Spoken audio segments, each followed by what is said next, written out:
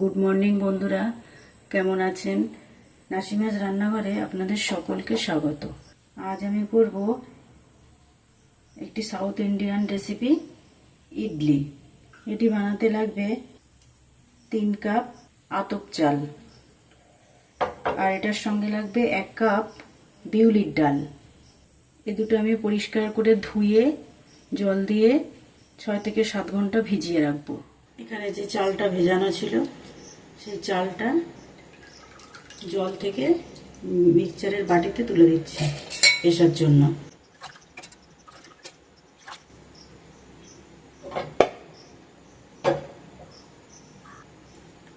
এবারে এটাতে অল্প একটু জল দিচ্ছি, খুব বেশি জল দেবো না, বেশি লিকুইড করা যাবে না।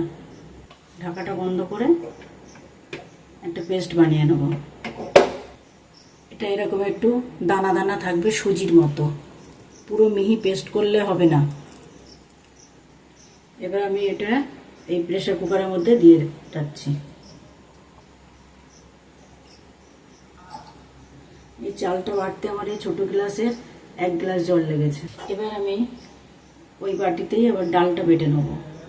চা কাপের 1 কাপ জল দিয়ে দিচ্ছি।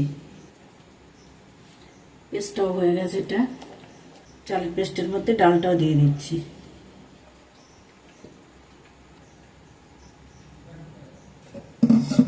দুটো একসাথে মিশিয়ে নিচ্ছি খুব ভালো করে।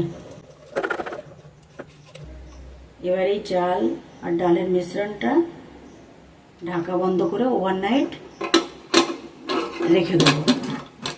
যে চাল আর ডালের ব্যাটারটা আমি কালকে রাতে করে রেখেছিলাম, সেটাই দেখুন গেজা গেজা হয়ে গেছে।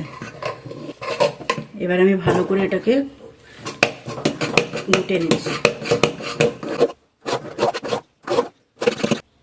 গোলাটা ঠিকঠাক দেখে নিন, এরকম হবে। খুব বেশি মোটা হবে না, আবার পাতলাও হবে না, ঠিক এরকম হবে। এবার আমি গ্যাসে একটা কড়াই রেখে দিচ্ছি। গ্যাসটা জ্বালিয়ে নিলাম। এবার এতে দিয়ে দিচ্ছি অল্প একটু জল। ঢিমে আছে, ঢাকা দিয়ে থাকো। এদিকে ব্যাটারের মধ্যে স্বাদ অনুযায়ী লবণ দিয়ে দিচ্ছি। এবার এই ইডলি স্ট্যান্ডের মধ্যে ব্রাশে করে একটু একটু করে তেল লাগাবো। এই ইডলি স্ট্যান্ডগুলো আপনারা ফ্লিপকার্ট, অ্যামাজন বা আপনার আশেপাশে কোনো শপিং মলে পেয়ে যাবেন। খুব বেশি দাম না এগুলো। আর তাছাড়াও এটা ছোট ছোট স্টিলের বাটিতেও করা যায়। এবার আমি এই স্ট্যান্ডের মধ্যে অল্প অল্প করে তেল ব্রাশ করে নিয়েছি।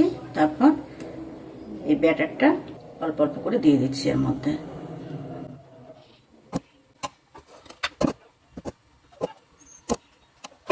দেখুন, এবার আমি এই ফুটন্ত জলের এর মধ্যে দিয়ে দিচ্ছি।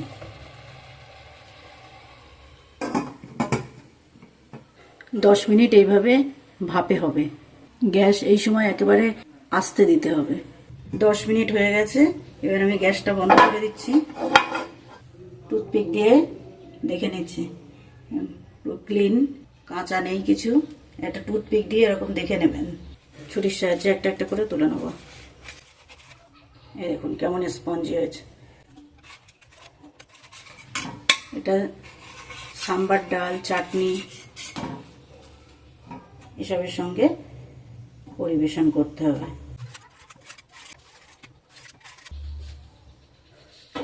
তৈরি হয়ে গেছে আমার ব্রেকফাস্ট রেসিপি, ইডলি আর সাথে সাম্বার। আমার রান্নাটা যদি ভালো লেগে থাকে, আপনারা আমার চ্যানেলটাকে লাইক, শেয়ার, কমেন্ট আর সাবস্ক্রাইব করে দেবেন। আজ এই পর্যন্ত। কালকে আবার একটা নতুন রান্না নিয়ে ঠিক এই সময় হাজির হয়ে যাব আপনাদের সামনে।